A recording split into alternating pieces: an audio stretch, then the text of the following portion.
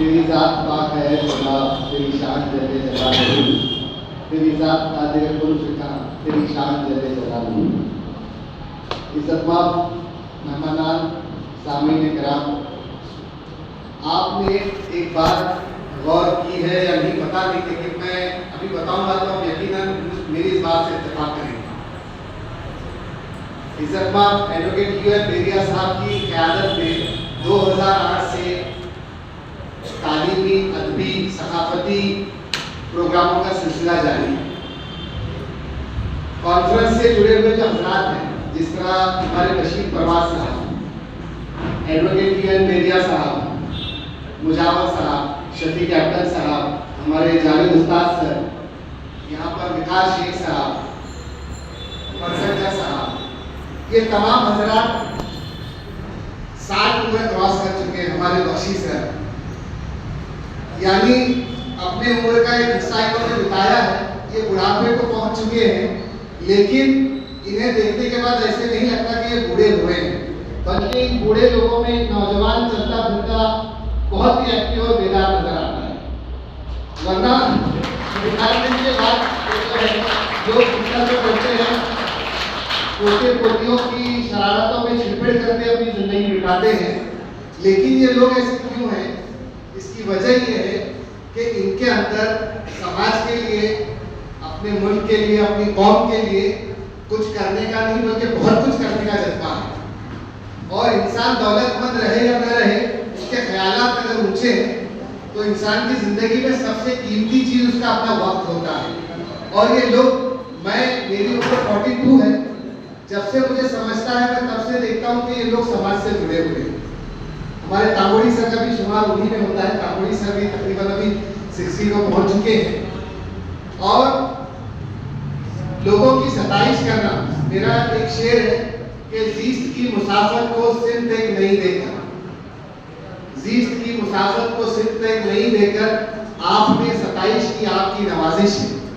किसी के काम को रिकॉग्नाइज करना, उसे बुलाना, उसकी तारीफ और तौसीफ करना, हिम्मत अफजाई करना, ये बहुत बड़ी मदद होती है। और मुझे खुशी है कि कॉन्फ्रेंस ने हमेशा मुझ जैसे खाकसार को बहुत मोटिवेट किया है। बल्कि हमारा जो व्हाट्सएप का प्रोजेक्ट है, जहाँ पर हम लोग एक तालीमी इदारा बनाने की कोशिश कर रहे हैं, उस तालीमी इदारे के लिए बेरिया साहब ने भी बैंक के जरिए और अपने तौर पर बहुत मदद की है। बल्कि मैं अलग ऐलान कह सकता हूँ कि हमें जब 1.5 करोड़ रुपए की जरूरत थी तो बेरिया साहब ने बस 8-10 दिन में जो है हमें वो रकम मुहैया कराई। ये बहुत बड़ा काम है। तो आज आपने पूरे जिले में जो ये अवार्ड देकर मुझ पर भरोसा जताया है, मैं गुजारिश करता हूँ आपसे, मुल्तमिस हूँ कि आप जो है दुआ करें मेरे लिए, हमारी टीम के लिए, कि हमने जो तालीमी काम हाथ में लिया है वो तालीमी काम जो है जल्द अज जल्द पूरा हो, बल्कि हम उसकी हमारी अपनी जिंदगी में जो है उसे फलता फूलता देख सकें। ये इल्म, ये हिकमत, ये तदब्बुर, ये हुकूमत, ये इल्म, ये हिकमत, ये तदब्बुर, ये हुकूमत, पीते हैं लहू देते हैं तालीम में मसावत, है दिल के लिए मौत मशीनों की हुकूमत, एहसास मुरुव्वत को कुचल देते हैं आलात। आज मशीनी दौर में स्कूल हो, कॉलेज हो, यहाँ पर इंसान नहीं बल्कि मशीनें बाहर निकल रही हैं। औलाद के लिए माँ जो है नौकरानी से बढ़कर नहीं है, और बाप जो है वो ATM मशीन से बढ़कर नहीं है। औलादें बच्चों का सुनने के लिए तैयार नहीं है। पूरा सिस्टम जो है वो एहसास से आरी हो चुका है। लोग देखकर महसूस नहीं करना चाहते, किसी चीज को समझना नहीं चाहते, बल्कि वो रील्स और वीडियो देखकर खुश होना चाहते हैं। इसीलिए हम लोग खाना भी खाते हैं और घरों को जलता हुआ भी देखते हैं।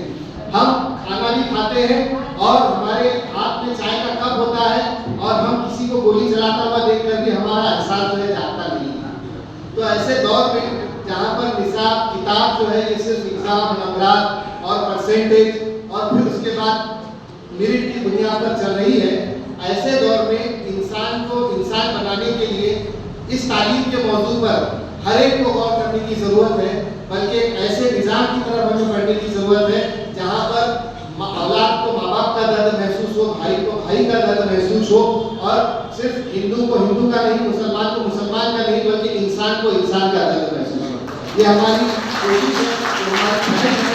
और मैं बेरिया साहब के ताल्लुक से सभी ने कहा तीसरी मर्तबा जो अनअपोज जो हुआ होगा, इसके लिए भी मैं आपको और आपकी टीम को मुबारकबाद देना चाहूँगा। और बेलिया साहब की वजह से शहर शोलापुर में उर्दू को एक सियासी सरपरस्ती हासिल हुई। इब्तदाई कलमात में वर्षंकर सर ने कहा कि बेगम जान ड्रामे के लिए 20,000 सामीन थे, और यकीन जानिए किसी उर्दू ड्रामे के लिए पूरी दुनिया में 20,000 ऑडियंस नहीं भी थी आ सकता। गुलाम अली के लिए पूरा पार्क स्टेडियम भर गया था, और मेरे नॉलेज के मुताबिक किसी उर्दू प्रोग्राम के लिए कहीं भी दुनिया में कोई स्टेडियम जो है वो भर नहीं सकता। ये उर्दू को सियासी सरपरस्ती की वजह से मुश्किल हो पाया है। और मैंने जितनों के नाम गिनवाए, इनके अंदर जो जज्बा है, वो जज्बा जो है हमारी नई नस्ल में भी आए, हमारे जो नए वकील हैं उनमें आए, हमारे जो नए टीचर हैं उनमें आए, हमारे जो नए मास्टर हैं उनमें आए, और हमारे और एक खास बात हमारे कैप्टन सर, मुझे तो लगता है वो भी बूढ़े ही नहीं होंगे, स्पोर्ट्स के टीचर हैं, लेकिन हमेशा अपनी जवानी से लेकर आज तक जो उर्दू के प्रोग्रामों में जुड़े हुए। हालांकि जो बोलते हैं तो अंग्रेजी बोलते हैं, उर्दू में रहकर अंग्रेजी बोलने का एक अलग टेस्ट महसूस होता है, जो उनकी शख्सियत की पहचान बन चुका है। मैं फिर एक बार तमाम जिम्मेदारान का मशकूर ममनून हूँ कि इदारा इसी तरह फलता फूलता रहे, और हम जैसे जो लोगों के छोटे मोटे ख्वाब हैं, वो ख्वाब जो है आपकी सताइश की वजह से, आपकी तारीफ और तौसीफ की वजह से कामयाबी की तरफ बढ़े। शुक्रिया जनाब।